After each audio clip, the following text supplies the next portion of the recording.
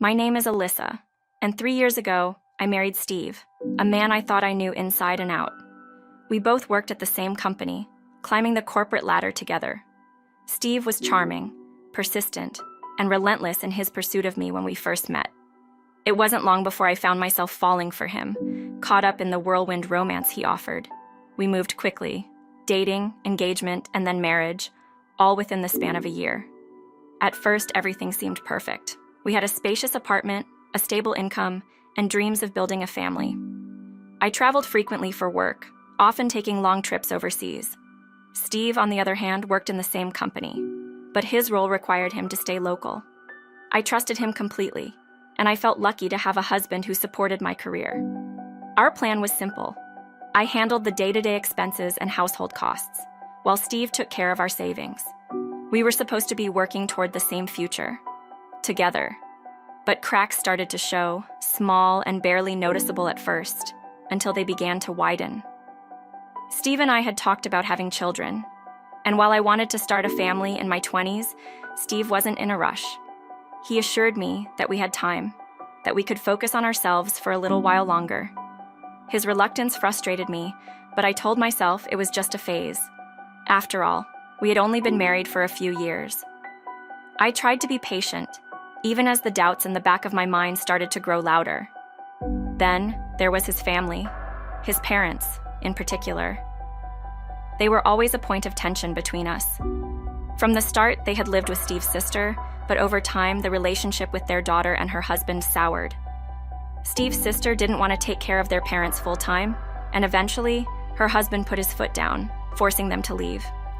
That's when my in-laws turned their attention to us. Steve assured me they wouldn't impose on us, but I knew better. His parents were overbearing, selfish, and had a way of inserting themselves into our lives whether we wanted them to or not. The tension built quietly, like a pressure cooker, until everything finally exploded. It all began during a routine business trip. I was away for 2 weeks, as usual, and while I missed Steve, I trusted that everything was fine back home. We stayed in touch, exchanging brief messages like we always did. But toward the end of my trip, Steve stopped responding. I messaged him several times, small notes to say I missed him and that I'd be home soon, but he left them unread. At first, I didn't think much of it. I told myself he was just busy with work, or maybe he was out with friends.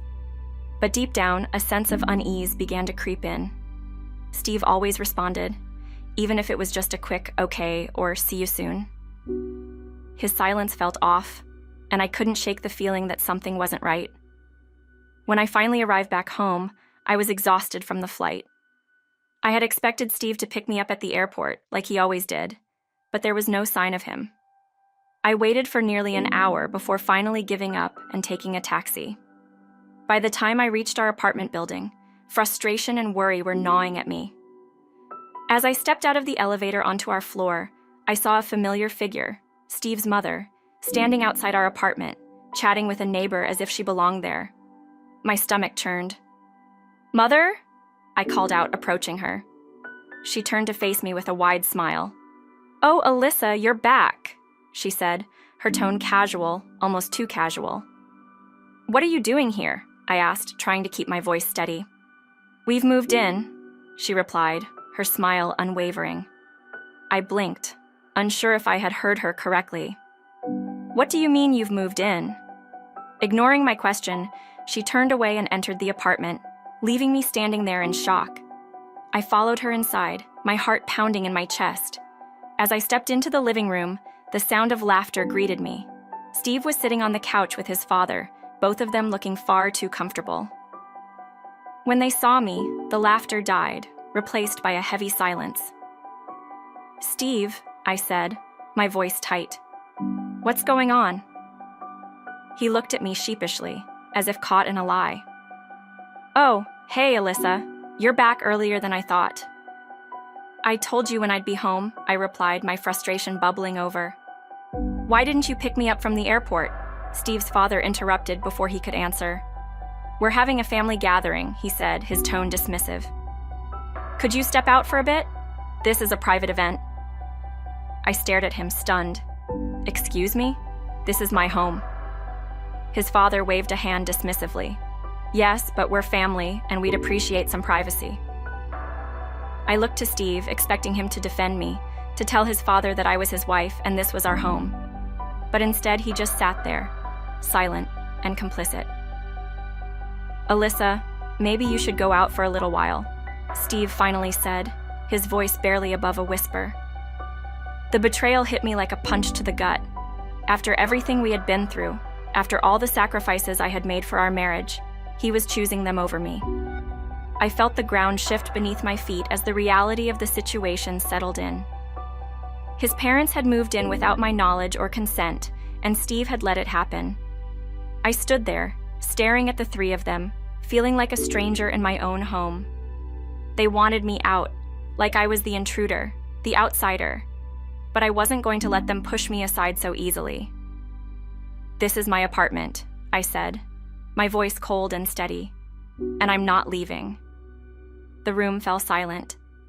Steve's parents exchanged confused glances, clearly unaware that the apartment was in my name. Steve squirmed uncomfortably in his seat, unable to meet my eyes. His mother was the first to recover. "Well then," she said, her tone turning sharp, "maybe it's time we change that. After all, Steve works just as hard as you do. Shouldn't he be the owner of the apartment?" Steve, emboldened by his parents' presence, nodded. "Yeah, Alyssa, maybe we should transfer the apartment to my name." I felt a wave of disbelief wash over me. Was this really happening? The man I had loved and trusted was trying to take everything from me, and his parents were cheering him on. I realized then that I had been blind to the truth. Steve had always put his parents first, and I had been nothing more than a convenience, someone to support him financially while he followed their lead. I took a deep breath, steadying myself. "Fine," I said, surprising them all. "Let's get divorced." Steve's eyes widened in shock. "What?" "You heard me," I said. "You want the apartment? Fine, but we're done. I'll sign the divorce papers and you can have everything." For a moment, Steve seemed at a loss for words. His parents, however, jumped at the opportunity. "That's the best idea I've heard all day," his father said, grinning. "Let's end this and move on." Steve hesitated, glancing between me and his parents. I could see the wheels turning in his mind, but it didn't take long for him to come to a decision. "Okay," he said, his voice steady. "Let's do it." I felt a strange sense of relief wash over me. This was it. The end of a marriage that had been crumbling for longer than I had realized. I had been holding on to a fantasy, to the idea that we could still build the life we had dreamed of, but that dream was dead. However, before I walked away, I had one last card to play. I had suspected for a while that something wasn't right with Steve, that there was more to his distance than just his parents. That's why, months ago, I had installed hidden cameras in the apartment. I wanted to protect myself in case things took a darker turn, and they had. "I'll sign the divorce papers," I said, keeping my tone calm. "But I have one condition." Steve frowned. "What condition?" "I want the joint savings," I said. "Half of it belongs to me, and I want it now." Steve's parents began to protest, but I silenced them with a look. "And before you argue," I continued, "I have evidence of everything, including the fact that you've been having an affair."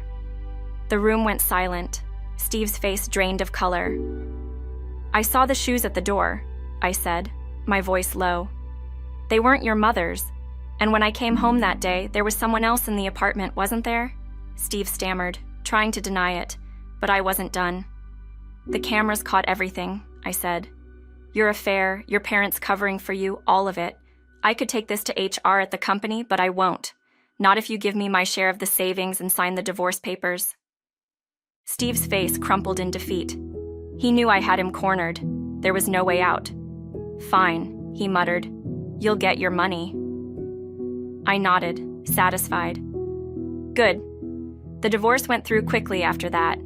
I got my share of the savings, and I handed over the apartment to Steve and his parents. They could have it. I didn't need it anymore.